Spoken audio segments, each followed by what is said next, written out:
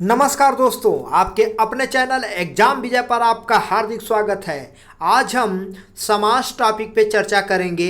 और दोस्तों, समाज से आपके उत्तर प्रदेश लेखपाल, UP police, UP SI, BDO, Bihar police, Bihar SI और सीटेट और सुपर टेट में काफ़ी प्रश्न पूछे गए और हमने उन्हीं प्रश्नों को इस लेक्चर में लिया है जो आपके पिछली परीक्षाओं में कई बार पूछे गए हैं।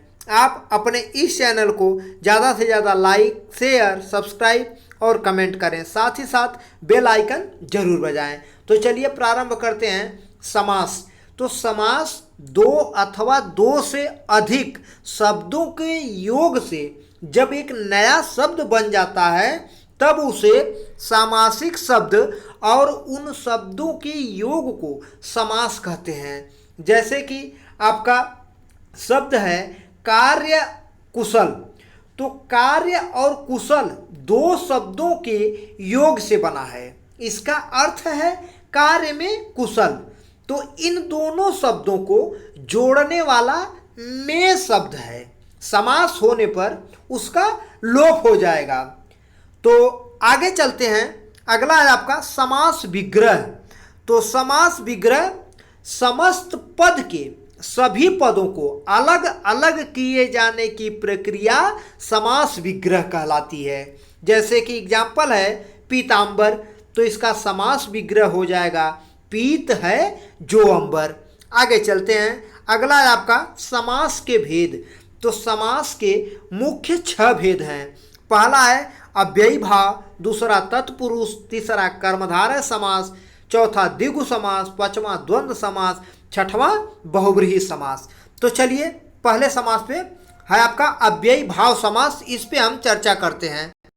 अव्ययी भाव समास, इसमें पहला पद अव्यय प्रधान होता है और दूसरा पद संज्ञा ये गौण होता है। जैसे कि आपका एग्जाम्पल है यथा कर्म, तो इसका समास विग्रह हो जाएगा कर्म के अनुसार। लेकिन जो पहला पद है आपका, ये आपका प्रधान होता है और दूसरा पद है जो संज्ञा के रूप में है, ये गौण होता है। जैसे कि कुछ और इसके एग्जाम्पल हम देखते हैं।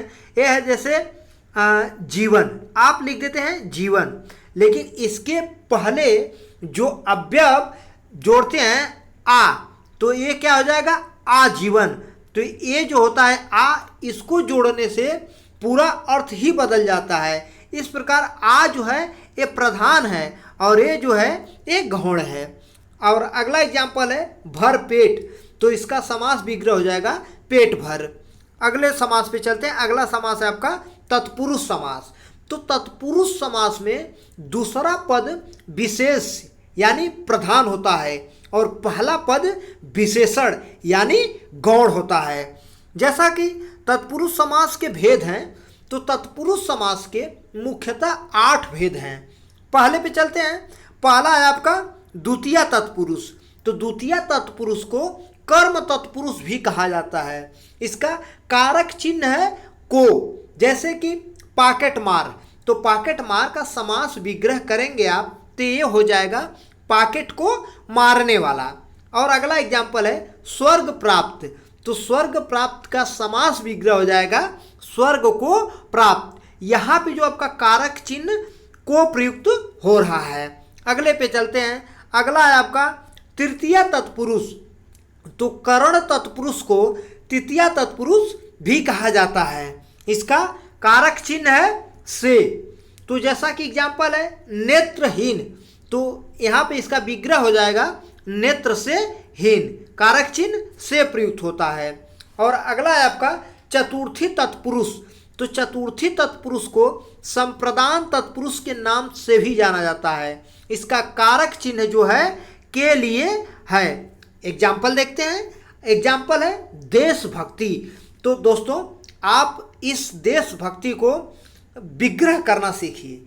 इसका विग्रह कैसे होगा, क्या शब्द जोड़ेंगे कि इसका विग्रह सही तरीके से प्राप्त होगा।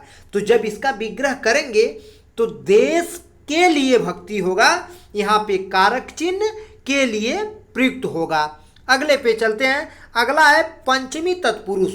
तो पंचमी तत्पुरुष के रूप में अपादान तत्पुरुष को जाना जाता है और इसका कारक चिन्ह होता है से। और ये से वहाँ प्रयुक्त होता है जहाँ पर कोई चीज किसी चीज से एकदम अलग होती है। जैसे कि है एग्जाम्पल ऋण मुक्त। तो ऋण मुक्त का जब समास विग्रह करेंगे आप तो यहाँ पे हो जाएगा ऋण से मुक्त। अगले पे चलते हैं। अगला है आपका षष्ठी तत्पुरुष। तो इसका जो है संबंध तत्पुरुष के रूप में भी इसे जाना जाता है। इसका कारक चिन्ह है का, की, के। जैसे कि एग्जाम्पल देखते हैं। एग्जाम्पल है आपका राजभवन। तो राजा का भवन, कारक चिन्ह यहाँ प्रयुक्त हो रहा है का। और अगला है देश सेवा। तो इसका जब समास विग्रह होगा तो ये हो जाएगा देश की सेवा। की यहाँ पे क्या हो जाएगा आपका कारक चिन्ह हो जाएगा। अगला है आपका सप्तमी तत्पुरुष। तो सप्तमी तत्पुरुष के अंतर्गत अधिकरण तत्पुरुष आता है और इसका कारक चिन्ह में पर है। जैसे कि आपका एग्जाम्पल आपके सामने है वनवास। तो इसका समास विग्रह हो जाएगा वन में वास। अगला एग्जाम्पल है आप बीती। तो इसका समास विग्रह जब करेंगे आप तो ये हो जाएगा अपने पर बीती। तो जो यहाँ पर है आपका ये आपका कारक चिन्ह है। आगे चलते हैं। अगला समास है आपका कर्मधारय समास। तो कर्मधारय समास का दूसरा पद जो विशेष से होता है और यही प्रधान होता है और पहला पद जो है उसे हम विशेषण के रूप में जानते हैं और वो गौण होता है। एग्जाम्पल देखते हैं। एग्जाम्पल है आपका महाकवि। तो इसका समास विग्रह होगा महान है जो कवि। तो इससे संबंधित कुछ नोट्स है। जैसा कि जब इस समास में एक शब्द उपमान और दूसरा उपमेय होता है तब भी कर्मधारय समास होता है। इसके विग्रह में सदृश का प्रयोग करना पड़ता है। जैसे कि एग्जाम्पल है मृगलोचन। तो इसका समास विग्रह जब करेंगे तो यहाँ हो जाएगा मृग के सदृश लोचन।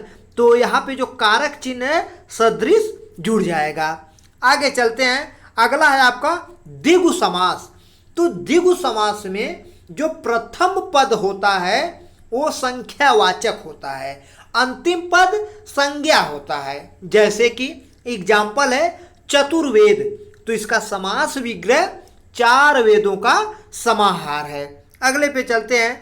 अगला है आपका द्वंद्व समास।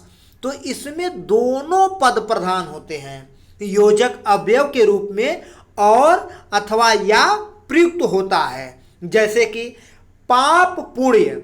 तो इसका समास विग्रह जब हम करेंगे तो ये हो जाएगा पाप और पुण्य और इसे हम पाप या पुण्य के रूप में भी इसका समास विग्रह कर सकते हैं। अगला है आपका द्वंद्व समास के भेद। तो द्वंद्व समास के मुख्यतः तीन भेद हैं। इसका पहला है इतरेत्तर द्वंद्व। तो इतरेत्तर द्वंद्व के अंतर्गत हमने एक उदाहरण लिया है राम लक्ष्मण। तो इसका समास विग्रह होगा राम और लक्ष्मण। दूसरा है समाहार द्वंद्व। तो समाहार द्वंद्व के अंतर्गत उदाहरण है रुपया पैसा। तो इसका विग्रह है रुपया और पैसा, इस संपत्ति के अर्थ में है। अगला है आपका वैकल्पिक द्वंद्व। तो वैकल्पिक द्वंद्व के अंतर्गत एग्जाम्पल है थोड़ा बहुत। तो विग्रह हो जाएगा थोड़ा या बहुत।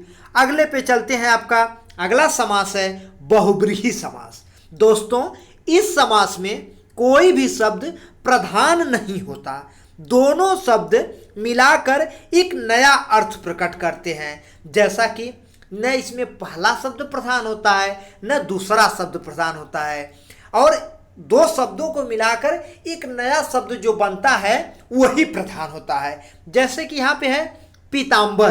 तो इसका समास विग्रह करेंगे आप तो हो जाएगा पीत है अंबर जिसका, अर्थात श्री कृष्ण। न पहला पद प्रधान है न दूसरा पद प्रधान है, इसमें तीसरा पद प्रधान है जो श्री कृष्ण को संबोधित कर रहा है। तो जैसे आपके यहाँ पे समास से संबंधित कुछ महत्वपूर्ण बिंदु थे उनको हमने सॉल्व किया। तो उसी पर आधारित कुछ महत्वपूर्ण प्रश्न हैं जिसको हम सॉल्व करेंगे। दोस्तों, हमने इस प्रश्न में विकल्प में ज़्यादातर ऑप्शन डी सही किया है, क्योंकि हमने सोचा है कि इस प्रश्न के अंतर्गत ज़्यादा से ज़्यादा आपके महत्वपूर्ण जो क्वेश्चंस हैं वो कवर हो जाएं। इसलिए चलिए चलते हैं, प्रारंभ करते हैं। आपका पहला क्वेश्चन, आपका पहला क्वेश्चन है, जिस समास का पहला पद प्रधान हो उसे कौन सा समास कहते हैं? तो इसका राइट आंसर है ऑप्शन डी, उसे अव्ययी भाव कहते हैं। अगले क्वेश्चन पे चलते हैं। क्वेश्चन नंबर 2, सतसई शब्द में समास का भेद बताइए। तो इसका राइट आंसर है ऑप्शन ए, द्विगु समास। द्विगु समास के अंतर्गत जो है ना, पहला पद जो है आपका वो संख्यावाचक होता है और दूसरा पद जो है वो संज्ञा को डिनोट करता है। अगले पे चलते हैं। अगला क्वेश्चन है आपका, निम्न में कौन सा बहुब्रीहि समास का उदाहरण है? तो इसका राइट आंसर है ऑप्शन डी, दशानन। 10 है आनन जिसके, अर्थात रावण न पहला पद प्रधान न दूसरा पद प्रधान, ये किसी तीसरे को संबोधित कर रहा है। अगले क्वेश्चन पे चलते हैं। क्वेश्चन नंबर 4, देव जो मानव है यह किस समास का उदाहरण है? तो ये कर्मधारय समास का उदाहरण है। अगले पे चलते हैं। क्वेश्चन नंबर 5, राजपुत्र में कौन सा समास है? तो इसका राइट आंसर है ऑप्शन सी, राजपुत्र में तत्पुरुष समास है। देखिए दोस्तों, जो ये समास है इसको आप देखिए, देखने के बाद इसका विग्रह करिए और विग्रह उन्हीं शब्दों के साथ करिए जो शाब्दिक तरीके से सही बैठे और उसका अर्थ सही निकले। जैसा राजपुत्र है, यहाँ पर हो जाएगा राजा का पुत्र। तो का कारक प्रयुक्त कहाँ पे होता है? तत्पुरुष समास में होता है। तो इस प्रकार एक कौन सा समास हो गया? तत्पुरुष समास हो गया। अगले क्वेश्चन पे चलते हैं। क्वेश्चन नंबर 6, द्वंद्व समास के मुख्यतः कितने भेद हैं? तो इसका राइट आंसर है ऑप्शन ए, द्वंद्व समास के 3 भेद हैं। जैसा कि हमने आपको आगे बताया था, इतरेतर द्वंद्व, समाहार द्वंद्व और वैकल्पिक द्वंद्व। ऑप्शन बी है 4, तो बहुब्रीहि समास के 4 भेद हैं। और ऑप्शन सी है 6, तो कारक चिन्ह के आधार पर तत्पुरुष समास के 6 भेद हैं। जैसा कि ऑप्शन डी है 8। वैसे तो द्विगु, दोनों द्विगु और जो है और कर्मधारय ये दोनों तत्पुरुष के अंतर्गत आ जाते हैं, तो ये समास कितने हो जाते हैं? 8 हो जाते हैं।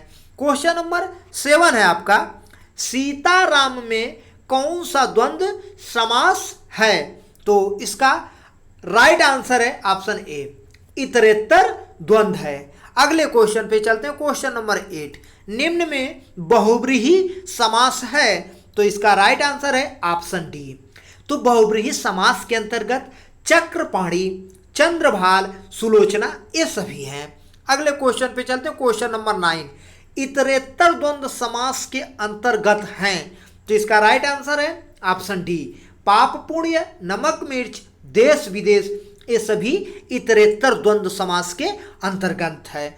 अगले पे चलते हैं। क्वेश्चन नंबर 10, समाहार द्वंद्व समास के अंतर्गत है। तो इसका राइट आंसर है ऑप्शन डी, सभी। कपड़ा लत्ता, गाय भैंस, घर द्वार ये सभी समाहार द्वंद्व समास के अंतर्गत हैं। क्वेश्चन नंबर है 11, वैकल्पिक द्वंद्व समास के अंतर्गत हैं? तो इसमें छोटा बड़ा, भूखा प्यासा, थोड़ा बहुत, अर्थात ऑप्शन डी आपका राइट आंसर है। क्वेश्चन नंबर 12 है आपका, बतौर में कौन सा समास है? तो इसका राइट आंसर है ऑप्शन ए, अव्ययी भाव। अगले क्वेश्चन पे चलते हैं। क्वेश्चन नंबर 13 है, चिंता मुक्त में कौन सा समास है? तो इसका राइट आंसर है ऑप्शन बी, तत्पुरुष समास है।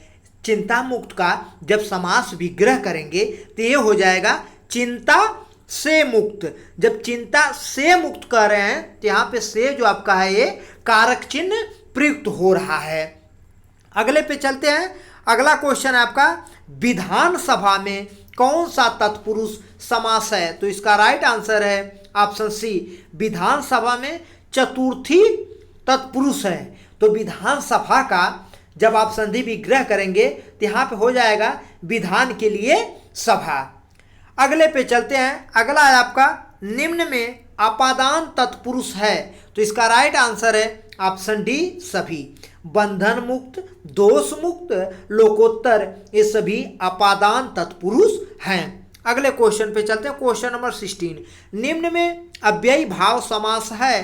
तो इसका राइट आंसर है ऑप्शन डी आजन्म, बारंबार, यथार्थ ये सभी अव्ययी भाव समास है। दोस्तों यहाँ पे विकल्प डी सभी लेने का मतलब ये है कि आपके ज़्यादा से ज़्यादा क्वेश्चन एक ही प्रश्न में कवर हो जाएं।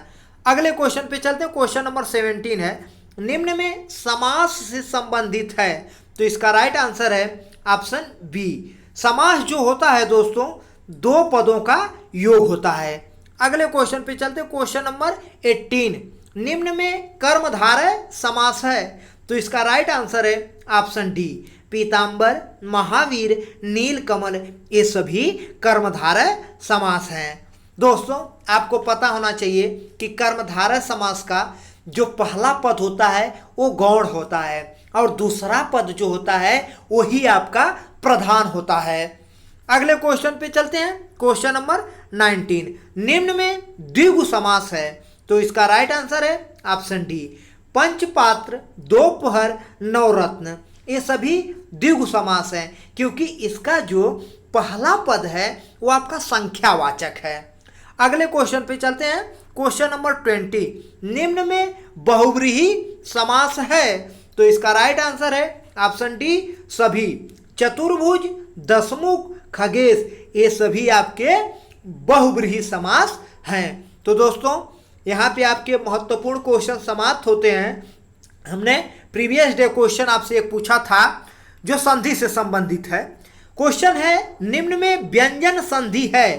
तो इसका राइट आंसर है ऑप्शन ए संयोग। तो संयोग का संधि विग्रह करेंगे तो ये हो जाएगा समधन योग। अगला है आपका विनायक। तो विनायक का संधि विच्छेद करेंगे तो ये होगा विनय धन अक, ए धन अ मतलब अयाधि संधि। और अगला है अग्न्याशय। तो अग्न्याशय का संधि विच्छेद जब करेंगे ना तो ये हो जाएगा अग्नि धन आशय। तो यहाँ पर हो जाएगा ई धन अ, तो ये हो जाएगा यण संधि। तो दोस्तों आप अपने इस चैनल एग्जाम विजय को ज़्यादा से ज़्यादा लाइक, शेयर, सब्सक्राइब और कमेंट करिए। दोस्तों आप हमें और सपोर्ट करिए। हम आपके लिए काफ़ी मेहनत करके बहुत ही महत्वपूर्ण प्रश्न प्रोवाइड कराएंगे जो आपके एग्जाम में बार बार पूछे जाते हैं। आपके लिए एक क्वेश्चन है दोस्तों। क्वेश्चन है चंद्रशेखर शब्द में समास है। इसका राइट आंसर कमेंट बॉक्स में जरूर से जरूर लिखें और अपने विचार लिखना ना भूलें। जय हिंद दोस्तों।